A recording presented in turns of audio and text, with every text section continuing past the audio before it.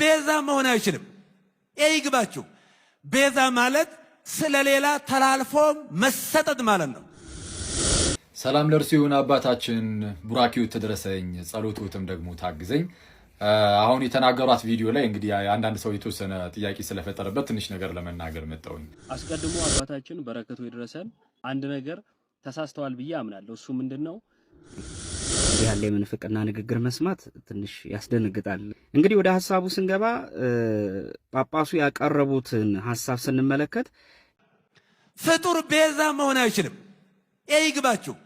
ቤዛ ማለት ስለሌላ ተላልፎ መሰጠት ማለት ነው። ነይ ነይ እምዬ ማርያም ቤዛ ነሽ አሉ ለዓለም። እመቤታችን ቤዛ አይደላችም። ቤዛ ልጇ ነው። አትደንግጡ። ቤዛ ልጇ ነው። ነይ ነይ ቤዛ ነሽ አሉ ለዓለም ተብሎ አይሰበክም። ቤዛ ተቀዳሚ ተከታይ የሌለው አንድ የእግዚአብሔር ልጅ ብቻ ነው። መጽሐፍ ቅዱስ አውጡ ዕብራውያን ምዕራፍ 9 ቁጥር 11 ላይ ምዕራፍ 9 ቁጥር 11 ላይ ምን ይላል? ነገር ግን ክርስቶስ መጣ ዘንድ ላለው መልካም ነገር ሊቀ ካህናት ሆኖ በምትበልጠውና በምትሻለው በእጆችም ባልተሰራች ማለት ለዚህ ፍጥረት ባልሆነች ድንኳን ፈጽሞ ወደ ቅድስ በገዛ ደሙ የዘላለም ቤዛነትን አግኝቶ በገዛ ደሙ ገባ እንጂ በፍየሎችና በኮርማዎች አይደለም። በፍየሎች በኮርማዎች አይደለም። ሚካኤል ቤዛ መሆን አይችልም። ገብርኤል ቤዛ አልሆነም። አብርሃም ቤዛ አልሆነም። የትኛውን ፍጡር ቤዛ አልሆነም። ለዘላለሙ ልጇ ነው ቤዛ።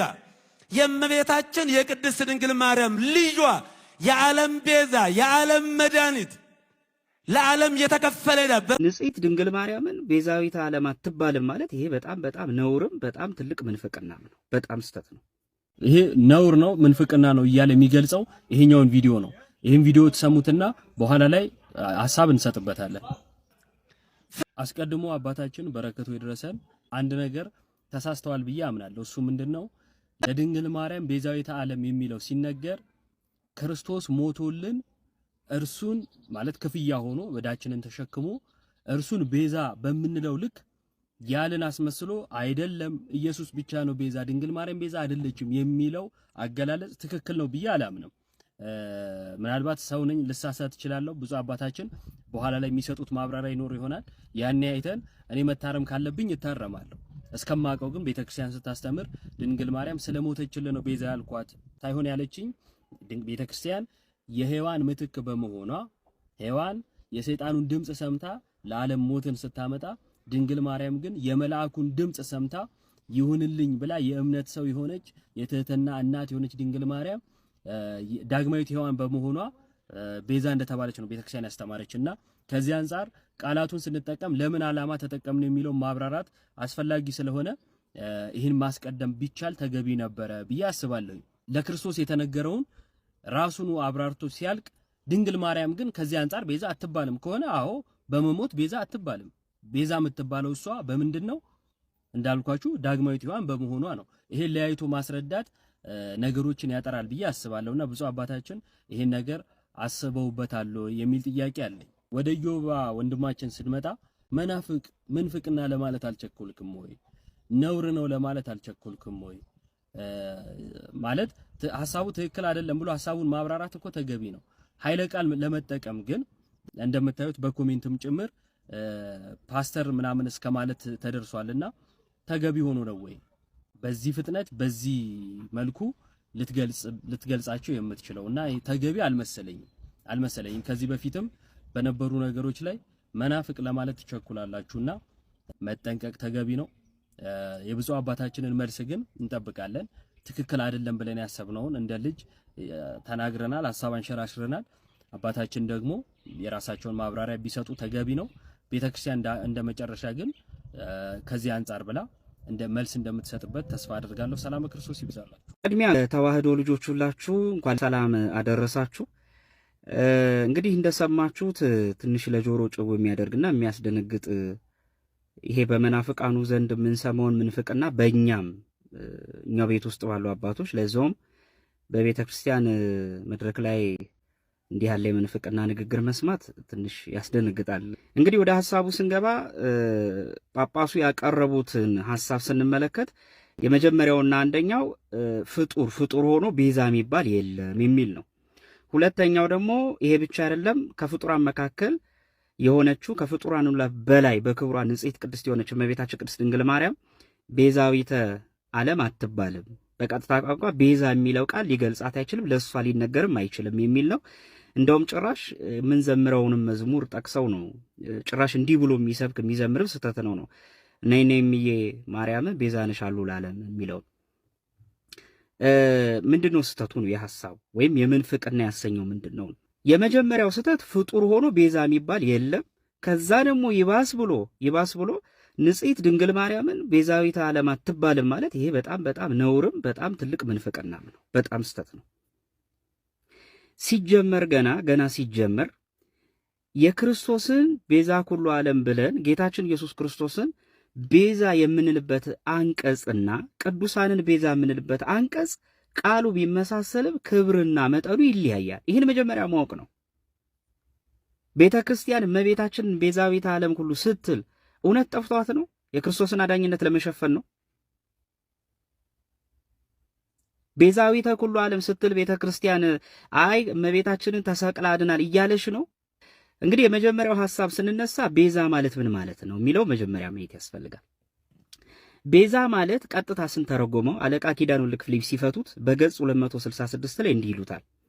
ዋጋ፣ ካሳ፣ ለውጥ፣ ምትክ፣ ኃላፊ፣ ዋቢ፣ ዋስ፣ መድህን፣ ተያዥ፣ ጫማ፣ ጥላ፣ ጋሻ ብሎ ይተረጉሙታል። በአጠቃላይ ዋስ ስለ አንድ ስለተጎዳ ስለ አንድ ስለወደቀ አካል ብሎ ራሱን አሳልፎ ካሳ የሚሆን ተላልፎ የሚሰጥ ስለ ዋስ ማለት ነው። ይሄ ነው ቀጥታ ትርጉሙ። ይሄ ሲባል ግን እንደየግዕዙ አገባብ ግን በጣም ይፈታል። እሱም በሌላ ጊዜ ይሰራበታል። ክርስቶስን ቤዛ ስንል ግን እና ደግሞ እመቤታ ቤዛ ስንል ግን ቃል ቢያመሳስለው መጠነ ክብር ግን ይለየዋል። ይሄ ማለት ግን መጠነ ክብር ስለሚለየው ግን እመቤታችን አትባልም የሚል ፍጹም ክህደት ነው። ክርስቶስን ቤዛ የምንለው ምንድን ነው? ከሶስቱ አካል አንዱ አካላዊ ቃል እግዚአብሔር ወልድ ከባህሪ አባቱ ከአብ ከባህሪ ውእቱ ከመንፈስ ቅዱስ ሳይለይ ከምልአትነቱ ሳይጎድል ከርቀትነቱ መግዘፍ ሳያገኘው ፍጹም ሰው ፍጹም አምላክ ሆኖ በተዋሕዶ ተገልጾ ስጋውን ቆርሶ ደሙን አፍሶ የመርገምን የፍዳን ድንጋይ አንስቶ ዳግም በአዳም ርግማና ፍዳ ላንጠየቅ ከመርገመ ስጋ ከመርገመ ነፍስ ያዳነን የቤዥን ቤዛ የሆነን ማንም ሊያነሳ ያልቻለውን ድንጋይ ራሱ በራሱ ያነሳልን ስጋና ደሜን ብሉ ጠጡ ብሎ በስጋና በደሙ ድነትና እናገኝ ዘንድ የሰጠን አንዱ ቤዛቸው ኢየሱስ ክርስቶስ ነው። እውነት ነው። ይሄን ለማንም አንሰጥ። እኛም እመቤታችንን ቤዛዊተ ዓለም ስንል ስጋዋን ቆርሳ ደሟን አፍሳ ሰጥታል ብለን ነው አይደለም። ይሄም በደንብ ያውቁታል እርሳቸው። እንኳን እሷ ዮሴፍ መድኃኒት ተብሎ የለ እንዴ? ምን ይደንቃል ይሄ! ዮሴፍ በመጽሐፍ ቅዱስ ውስጥ መድኃኒት ተብሎ ተጠርቷል። እንዲህ ይላል ኦሪት ዘፍጥረት ምዕራፍ 45 ቁጥር 7 ላይ ለወንድሞቹ እንዲህ ይላቸዋል፣ እግዚአብሔርን በምድር ላይ ቅሬታን አስቀርላችሁ ዘንድ በታላቅ መድኃኒት አድናችሁ ዘንድ ከእናንተ በፊት ላከኛል። በታላቅ መድኃኒት ዮሴፍ መድኃኒት ተብሏል። እንኳንም እመቤታችን ቤዛ መባል ከትንሹ ስንጀምር በመጽሐፍ ቅዱስ ውስጥ እኮ ገንዘብ ወይም ሀብት ቤዛ ተብሎ ተጠርቷል። ገንዘብ፣ ተራ ገንዘብ፣ ሀብት ቤዛ ተብሏል። ለምሳሌ መጽሐፈ ምሳሌ ምዕራፍ 13 ቁጥር 8 ላይ እንዲህ ይላል፣ ለሰው ነፍስ ቤዛው ሀብቱ ነው ይላል። ምን ማለት ነው ታዲያ? ይሄ ማለት ከእግዚአብሔር ቤዛነት ጋር አስተካከለ አይደለም። በመጽሐፍ ቅዱስ ውስጥ እንዲህ የሚል ቃል ተጽፎ እናገኛለን። ሐዋርያት ሥራ ምዕራፍ 7 ቁጥር 35 ላይ የሐዋርያት ሥራ ምዕራፍ 7 ቁጥር 35 ላይ ይህንንም ሙሴ በቁጥቋጦ በታየው በመልአኩ እጅ እግዚአብሔር ሹምና ቤዛ አድርጎ ላከው ይላል። ሙሴ ቤዛ ተብሏል። ይሄ ማለት ግን ሙሴ ለእስራኤላውያን ቤዛ አድርጎ ተላከ ማለት ግን ስጋውን ቆርሶ ደሙን አፍሶ ሰጠ ማለት አይደለም። ራሱን እግዚአብሔር አድርጎ በእግዚአብሔር ቦታ ተክቶ ስራ ሰራ ማለት አይደለም። ለዚህ እመቤታችንን እኛ ቤዛ ስንል በክርስቶስ ቦታ እየተካን ነው አይደለም፣ በፍጹም። በመጽሐፍ ቅዱስ ለምሳሌ እንምጣ። ብርሃን ማን ነው? አማናዊ ብርሃን ኢየሱስ ክርስቶስ ነው። ብርሃን የዓለም ብርሃን እኔ ነኝ ያለ ኢየሱስ ክርስቶስ በአንጻሩ ደግሞ እናንተ የዓለም ብርሃን ናችሁ ብሏል ሐዋርያት። እና ብርሃን ተመሳሳይ ስላደረገ የሐዋርያት ብርሃን አይባሉም የክርስቶስን ይጋርዳሉ ተብሎ መሰረዝ አለበት ማለት ነው። መጥምቁ ዮሐንስ እኮ የሚያበራ ፋና ተብሏል እኮ። እግዚአብሔር አምላክ ነው፣ ከኔ በቀር ሌላ አምላክ አታምልክ አለ። ሙሴ እኮ አምላክ ተብሏል። በፈርዖን ላይ አምላክ አድርጌያለሁ ብሏል። ታዲያ ይሄ ማለት የሙሴ አምላክነት ከእግዚአብሔር ይተካከላል ማለት ነው? ቃላት ስላመሳሰሉ አንድ ነገር ከዛ ነገር ጋር በክብር ተገብቶ ይነገራል ማለት አይደለም። እንደየአንቀጹ ይተርጎማል። በአዲስ ኪዳንም ጌታ የመዝሙረ ዳዊትን ጠቅሶ ለነቢያት ተርጉሞታል። የእግዚአብሔር ቃል የመጣላቸው እነዚያ እንኳን ምን ከተባሉ አማልክት ከተባሉ ብሏል። ራሱ ጌታ እውነተኛ እረኛ ስለ በጎቹ ነፍሱን አሳልፎ ይሰጣል ብሎ ራሱ በግ እረኛ ብሏል። አማና የቸር እረኛ እውነት ነው። ሐዋርያትን ደግሞ የእረኝነት የጠባቂነት ስልጣን ሰጥቷቸዋል። በጎቼን ጠቦቶቼን ምራ አሰማራ ብሎ ለጴጥሮስ ኃላፊነት ሰጥቶታል። ይሄ ማለት አንድ ነው ማለት ነው አይደለም። ስለዚህ እመቤታችን ቤዛዊተ ዓለም አትባልም ማለት ይሄ ፈጽሞ ክህደት ምንፍቅናም ነው። ቅዱስ ያዕቆብ ዘስሩግ ለምሳሌ በዚህ በኦን ዘ ቨርጅን ወይም በእንተ ድንግልና በሚለው መጽሐፉ ላይ በገጽ 29 እስከ 34 ባለው ላይ ስታነቡት እንዲህ ይላል። ሊቁ ሲናገር አዳምን እንዲሞት ያደረገችው ይላል። በደንብ ስሙ። ያቺ ክፉ ቀን ተለወጠች አለ። እርሱም አለ ከሞት የሚድንባት ሌላ ቀን መጣች ይላል። ዝቅ ብሎ ግን እንዲህ የሚላት ሐሳብ አለች። እባቧ ሳትሆን ገብርኤል ሊናገር ተነሳ። ሔዋን ሳትሆን ድንግል ማርያም ቃሉን ልትቀበል ተዘጋጀች። በተንኮል ቃል የሚያስተው ሳይሆን ሕይወትን የሚያውጅ እውነተኛ ቃል ወጣ። በሞት ዛፍ መካከል የሞት ዕዳዋን በጻፈችው እናት ፈንታ። ቤዛ ማለት ፈንታ ዋስ ማለት አይደለም። በሔዋን ፈንታ የሞታችን ምክንያት በሆነችው ፈንታ ቤዛ ልትሆን ማለት ነው። ስለዚህ ልጇ የአባቷን ዕዳ ሁሉ ከፈለች ይላል። እንደውም ጭራሽ እመቤታ ዕዳ ከፋይ ብሏታል። ይሄ ማለት ግን ክርስቶስ ዕዳ መክፈሉን አቆመው እመቤታችን ከፈለች ማለት ነው አይደለም። ምክንያት ድነት መሆኗን ነው። ወደ አባ ጊዮርጊስ እንግባ። ሰዓታቱ ላይ እንዲህ ይላል። በመጽሐፈ ሰዓታቱ ላይ ኩሎሙ ለእግዝእትነ ማርያም ላይ እንዲህ ይላል። ንትፈሳ ኩልነ በዝክረ ስምኪ ጦም ወበደ ማስካልኪ ማዕድም ቅድስት ማርያም ቤዛዊተ ኩሉ ዓለም ይላል።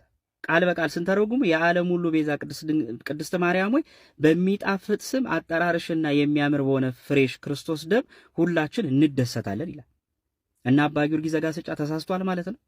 ሰአሉ ለነ ሐና ኢያቄም ወለድክምዋ ለማርያም ቤዛዊተ ኩሉ ዓለም ይላል። ሐናና ኢያቄም ለእናንተ ሰላምታ ይገባል። የዓለም ቤዛ የምትሆን ወይም የዓለም የመዳኛው ምክንያት አያችሁ፣ ለእመቤታችን ሲቀጸል የመዳን ምክንያት በመሆኗ ቤዛ ትባላለች እንጂ ተሰቅላ ዳነች የሚል ኮንቴክስት አይደለም። ስለዚህ ይኸው ተብላለች እና አባ ጊዮርጊስ ሰዓታቱን ቀደንን ጣለው። ለምሳሌ እንዚራ ሰባቱ ላይ እንዲህ ይላል። የምስጋናሽም ዜና እስከ ምድር ዳርቻ ደረሰ፣ እስከ ውቅያኖስ መጨረሻ ተመላለሰ። በመጀመሪያ የገነት በር በሔዋን በደል ምክንያት ተዘጋ፣ በመሸም ጊዜ በአንቺ ጽድቅ ተከፈተ ይላል። በደንብ ስሙ። በሰይጣን ጦር የቆሰለው የድነት መድኃኒት በአንቺ ተሰጠ። በኃጢአት በደንብ አድምጡ። በኃጢአት የሞተው በአንቺ ጽድቅ ዳነ ይላል። በኃጢአት የሞተው በአንቺ ጽድቅ ዳነ ብሎ ነው ቃል በቃል የሚናገር። እመቤታችን እንዴት ነው ቤዛ መድኃኒት ማትባል? ሌላ ምን ጨምር? ንግሥት ሆይ ዓለም ባንቺ ዳነ ይላል ቃል በቃል። ይኸው እንዚራ ስብሐት ዝማሬው ላይ አባ ጊዮርጊስ ዘጋስጫ ዓለም ባንቺ ዳነ ይላል። ይሄ ማለት እመቤታችን ተሰቅላ ዳለ አባ ጊዮርጊስ ጠፍቶት። ሌላ ምን? ለምሳሌ መስቀልን እንዴ መስቀል ቤዛ ነኮ እንላለን አይደል? ዘውትር ጸሎት ላይ እነዚህም ስህተት ነው ማለት ነው። መስቀል ቤዛነ መስቀል መድኃኒተ ነፍስነ እንለዋለን። ስለዚህ ዘውትር ጸሎት ስህተት ነው። አይ መስቀልን ቤዛ ያልነው የተሰቀለውን ክርስቶስን እየጋረረ ነው። ይሄ አይደለም በፍጹም ምክንያት በመሆኑ ነው። እንዲህ በጣም ብዙ መጥቀስ ይቻላልና ፍጡር መድኃኒት የለም፣ ቤዛ የለም፣ እንደገና ደግሞ ቤዛዊተ ኩሉ ዓለም አትበሉ የሚል ይሄ ራሱ ክደት ነው፣ ምንፍቅና ነው። ፍጡር ቤዛ መሆን አይችልም። ይሄ ይግባችሁ። ቤዛ ማለት ስለሌላ ተላልፎ መሰጠት ማለት ነው። ነይ እምዬ ማርያም ቤዛ ነሽ አሉ ለዓለም። እመቤታችን ቤዛ አይደላችም። ቤዛ ልጇ ነው። አትደንግጡ። ሰላም ለእርሱ ይሁን። አባታችን ቡራኪው ትድረሰኝ፣ ጸሎቱትም ደግሞ ታግዘኝ። አሁን የተናገሯት ቪዲዮ ላይ እንግዲህ አንዳንድ ሰው የተወሰነ ጥያቄ ስለፈጠረበት ትንሽ ነገር ለመናገር መጣሁኝ። ብፁዕ አባታችንን እንደሰማችኋቸው ምንድን ያሉን? እሳቸው ቤዛ የሚለውን ቃል እንግዲህ ተርጉሞ የጀመሩት በምንድን ነው? ቤዛ ማለት ተላልፎ መሰጠት ማለት ነው የሚል ነገር አስቀምጧል። ትክክል ነው። ይህም ትርጉሙ ነው ቤዛ ለሚለው ቃል። ልክ አንደኛ ጢሞቴዎስ ምዕራፍ 2 ቁጥር 6 ላይ ራሱንም ስለ ሁሉ ቤዛ ሰጠ የሌለ ቤዛ ሲል ራንሰም እንደማለት ነው፣ ክፍያ ማለት ነው። እና ክፍያ ሆኖ ስለ ሁላችን ስለ ኃጢአት ተላልፎ የተሰጠው ጌታችን ኢየሱስ ነው። እና ከዚህ አንጻር ቤዛ የሚለውን ቃል ስንጠቀም ስንናገር ይህንን እያሰብን ከሆነ ቤዛ የምንለው ብፁዕ አባታችን እንዳሉትም ያው ከጌታችን ውጪ ቤዛ ሊኖር ማንም አይችልም። እመቤታችንም ሌሎች ቅዱሳን መላእክትም ሆኑ ሌሎች ቅዱሳን ሰዎች ይህንን ነገር አላደረጉትም እና ቤዛችን ጌታችን ኢየሱስ ብቻ ነው። ግን ቤዛ የሚለው ቃል ግን ትርጉሙ ደግሞ ይሄ ብቻ አይደለም ብዬ አስባለሁ። ለምሳሌ አባ ጊዮርጊስ ዘጋስጫ በአርጋኑን መጽሐፉ የቀዳሚው ላይ ቤዛ የሚለውን ቃል ምንም እንኳን ለጌታችን በጣም በተደጋጋሚ ቢሰጠውም ይህን በጣም ቢረዳውም እችኑ ቃል ግን ለእመቤታችንም ደግሞ ሰጥቶ አይተናል። ቤዛ የምትለውን ቃል ማለት ነው። የቀዳሚው ላይ ምዕራፍ 1 ላይ ለእመቤታችንም ሰጥቶ አይተናል። መጽሐፍ ቅዱስ ይህንኑ ቤዛ የሚለውን ቃል ለሀብት ሰጥቶት ደግሞ አይተናል። ቤዛ የሚለውን ምንድነው? ሀብት የሰው ነፍስ ቤዛ ነው ይላል መጽሐፈ ምሳሌ ምዕራፍ 13 ቁጥር 8 ላይ ምሳሌ ምዕራፍ 13 ቁጥር 8 ላይ የሰው ነፍስ ቤዛው ሀብቱ ነው ይላል። የሰው ነፍስ ቤዛው ሀብቱ ነው። ሀብት የነፍስ ቤዛ ነው ማለት በቃ ሀብት ጌታችን ኢየሱስ ነው ማለት ነው? በፍጹም። ቤዛ የምትለዋ ቃል ለሀብት ተቀጸለች ማለት ኢየሱስ አያደርገውም ሀብትን። ልክ እንደዚህ ሁሉ ለእመቤታችን ቤዛ የሚለው ቃል ስለተቀጸለ እመቤታችንን ኢየሱስ አያደርጋትም። which means ቤዛ የምትለው ቃል ነሰሰሪ ለኢየሱስ ብቻ የምትሰጥ ሳይሆን እንደ አገባቡ እንደ መጽሐፍ ቅዱስም እንዳሳየን ሊሰጥ ይችላል። ግን ከምን አንጻር ተናገሩት የሚለው ግን መታየት አለበት። ለምሳሌ መጽሐፈ ምሳሌ ላይ ለሰው ነፍስ ቤዛው ሀብቱ ነው ሲል ምንድነው? ሰው ሀብትን በአግባቡ ከተጠቀመበት ምንድነው? ልክ እዛው መጽሐፈ ምሳሌ ላይ የሚናገረው ነገር አለ። ለድሃ ቸርነትን የሚያደርግ ይላል። ሚኒንግ የሚለግስ ለድሃ የሚሰጥ ለእግዚአብሔር ያበድራል ይላል። ለማን ያበድራል? ለእግዚአብሔር። ለድሃ ስትሰጥ ለእግዚአብሔር እያበደርክ ነው። ለእግዚአብሔር ካበደርክ ደግሞ ለእግዚአብሔር አበድረህ አስበው። እግዚአብሔር ደግሞ ምን ያደርጋል? ይከፍላል። እዛው ጋር እርሱ ራሱ ደግሞ መልሶ ይከፍሏል ይላል እግዚአብሔር ማለት ነው። እግዚአብሔር ደግሞ ይከፍልሃል፣ ክፍያህን ከእግዚአብሔር ታገኛለህና ሀብት ያለው ሰው በሀብቱ እንደዚህ ማለት with good intention በደንብ በፍቅር ተሞልቶ ድሃን እንደዚህ የሚረዳ ቢኖር ለድሃ እጁን የሚዘረጋ ቢኖር ለእግዚአብሔር እያበደረ ነውና እግዚአብሔር ደግሞ ለዛ ሰው ይከፍለዋልና ከዛ አንጻር እንዲህ ተብሎ ሊነገር ይችላል። ምንም እንኳን አንዳንዴ ደግሞ ሀብት መጥፊያ ቢሆንም ልክ እንደዚህ ደግሞ ለእግዚአብሔር ማበደር አይነት ጉዳይ ውስጥም ደግሞ ሊገባ ይችላል። ግን በፍቅር ሲሆን ማለት ነው የሚሰራው። ከዚህ አንጻር ለምሳሌ መጽሐፍ ቅዱስ በቃ ቤዛ ብሎ ጠራው ሀብትን።